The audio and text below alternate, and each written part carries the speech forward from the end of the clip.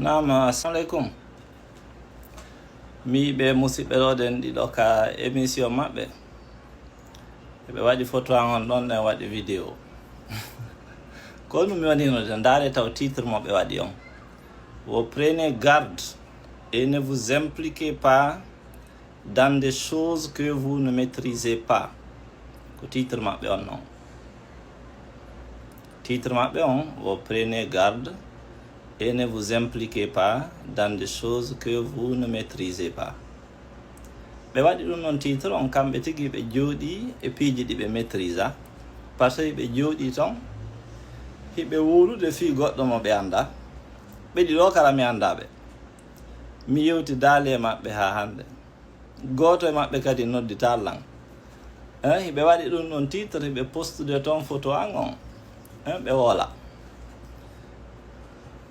inna ɓen ko ceernoɓe aya qur'an mi anda si ɓe rewimo ya ayyuhalladina amanu in ja'akum fasiqum bi naba'in fatabayyanu an tusibu qauman bi jahalatin fatusbihu ala ma fa'altum nadimin hiɓe ari toon ɓe wolde inde am ɓe andalan hande ɓe andalan janggo ɓe anda kon to mi rewri ɓenni kadi si tawi hari law wolde fi arugol ngol Amérique haray ɗum ɗon lan falti ɗum ɗon gooto faljitatalan e mum o yi fi aduna on en fait mi ala yewtide ɗo aybingol goɗɗo kono ko ɗum mi yewtata ɓe karmakoɓe men yoɓe wattan hakkille annan weeti si ɓe miijike ko kamɓe yahuɓe Saudiya tun duwa wolde fi diina heddiɓen fof duwaka wolde fi dina ko paljol noon ok miɗa wolgol fi biographie kono ɓayɓe andalan no gasa ɓe jentoy to vidéo on on say mi faala yoɓe andan seeɗa ko fuuta mi heɓa mi janɗi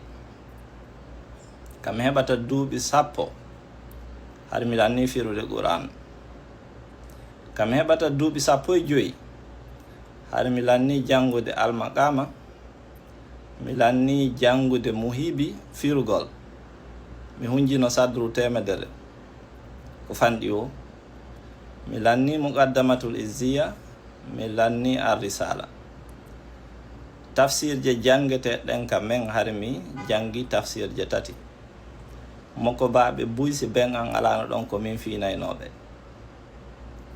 mi yahuno France mi arno taw Conakry mi finike jungo Cheikh Aboubacar Ndiare Qur'an Alaji Boubacar Riyadu yo Allah hinnoɓe ko kamɓe jannayno men Rahiqul Makhtoum sira nelaɗo sallllahu alayhi wa sallam Alaji Boubacar Sow Petit Simbaya ko kamɓe jannayno men tajwid e Qur'an e sira tawti conférence ji heddiɗi kon tigi taweteno donc France mi jangiti tafsir Qur'an jungo karamakoɓe ɗiɗo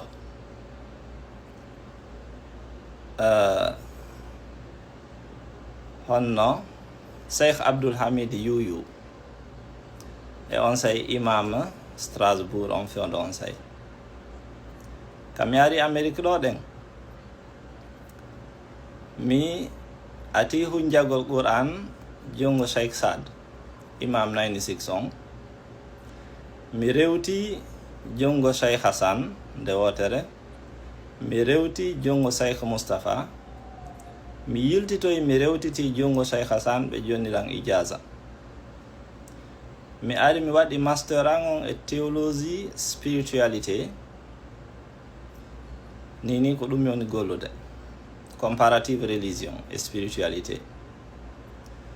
mi waɗi master an oya e finance et investissement mi waɗi tafsir Qur'an komi ƴoogi jungo karmakoɓe 3 Cheikh Yasir Gadi Cheikh Nouman Ali Khan e Hamza Yusuf ok ɗoni miɗo waɗi tafsir Qur'an on fof himo e liyem buyno gollitirde mo ko fanɗi o mi hunjini sonnaɓe 10 Qur'an pay koye ko fanɗi o mi janni ko yata pay koye 100 ko fanɗi o minimum joni noon ɓeeɗo no jooɗi ka radio ɗo e ɓeynude miɗo wolde fi domaine mo mi annda c'est que mi annda fi diina la wolde fi diina ko mi anndi ko fi Nicaragua e addugo yimɓe Amérique haray ɗon nafay communauté on ko ɗum ɗon tun mi dowa wolde ko heddi ko mi dowa ka wolde wattane hakkille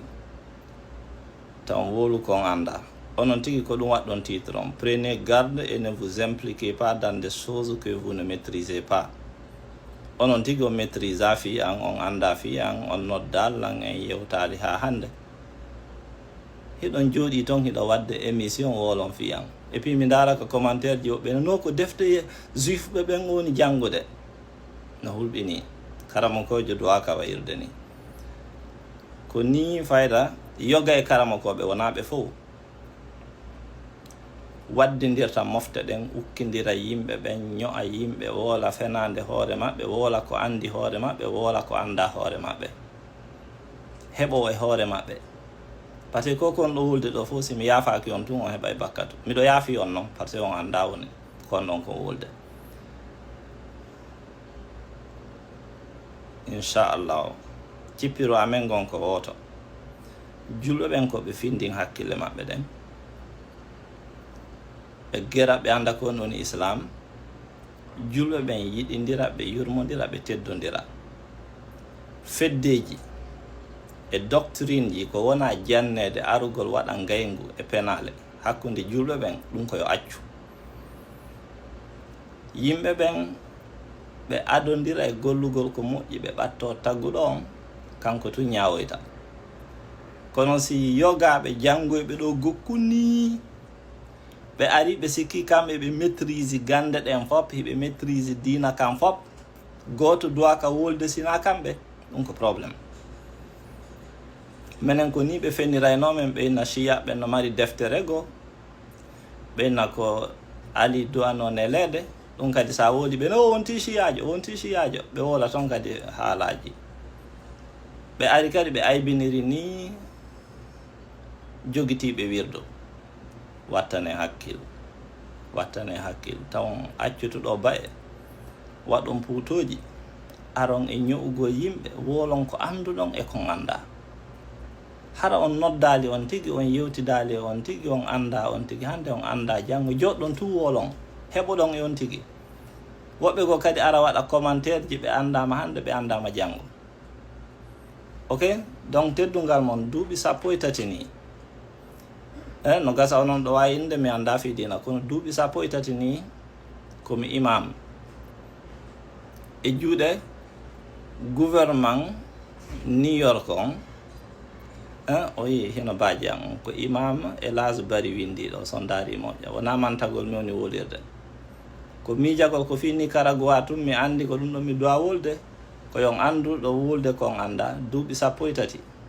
ko joddi imam mi woni ñamude ok ko ɗum kadi woni golle am ɗen a temps plein e nokkeli buy kadi wona giɗale kadi mi ƴettira ko diplôme ji e concours ji e interview ji molanaɗi waɗa ha mi ƴetta tawa ko golle am ɗen noon donc rente wolugol kon anda julɓe ɓen en fof ko duwaɗen cippirde ni kono julɓe ɓen ɓe yiɗidirta ɓe yurmodira ɓe teddodira sino woodi kaɓe seedi ɓe anda ɗo ɗen seedi sino woodi kaɓe kafi ɓe tamodira e kaɓe kafi ɗon waɗen fastabiqul khairat haranayon jooɗo e classugol yimɓe adda photo goɗɗo woola inde makko ɗumanno moƴƴa en fait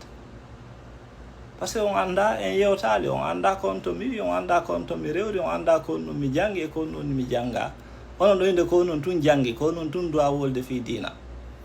donc rente e sifa ɗin piiji